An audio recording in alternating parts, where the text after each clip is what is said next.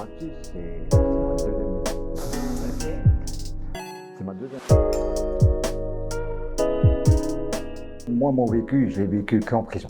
De l'âge de 15 ans jusqu'à 51 ans. Je connaissais Olivier déjà, je le connaissais. Et quand je suis rentré en prison, je l'ai connu là-bas. Et quand je suis sorti, c'est lui qui m'a mis dans toutes les structures. Il m'a mis à la Fondation l'Abbé Pierre, après il m'a mis à l'école supérieure de Practice, après il m'a mis au DALO, après maintenant je suis délégué du CRPA régional et national. Déjà, je veux être moniteur éducateur. Que c'est mon but d'être éducateur, tu vois, mais éducateur pour 100 ans de prison et 115.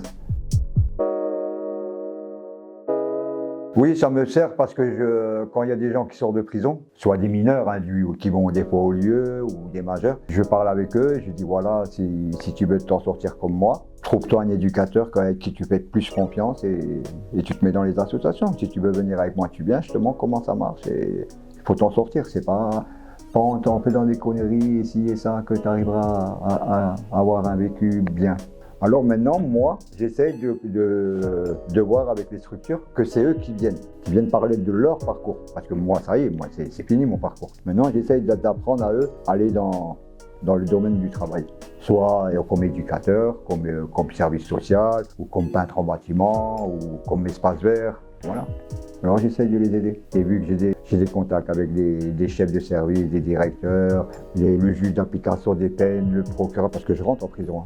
Même étant incarcéré, je rentre, mais accompagné. Mais c'est la juge qui m'a donné l'autorisation. Mais elle m'a dit avec un éducateur. Avec un éducateur ou un service social, tu vois. Pour montrer aussi aux personnes accompagnées qu'il n'y a pas parce que tu as fait de la prison, tu as fait des conneries à droite, à gauche, que tu arrives à t'en sortir. Tu vois, je veux dire, il y a ça aussi. Tu vois. Mais il faut avoir la volonté aussi. Il ne faut pas dire oui, j'y vais et après tu arrêtes, tu vois.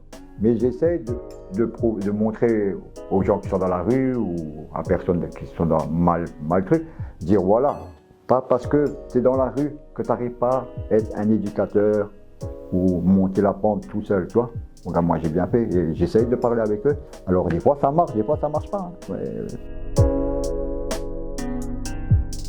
Quand je viens, je parle avec les deuxièmes années, je parle de la Fondation l'Abbé Pierre avec Odile Fournier, Claudie, Micheline et Samir. Et après, avec les troisièmes années, je parle du logement d'abord, du DALO, de mon parcours. Et voilà, je parle de tout. Et après, ils me posent des questions, ils me demandent s'ils peuvent venir avec moi, voir comment ça se passe.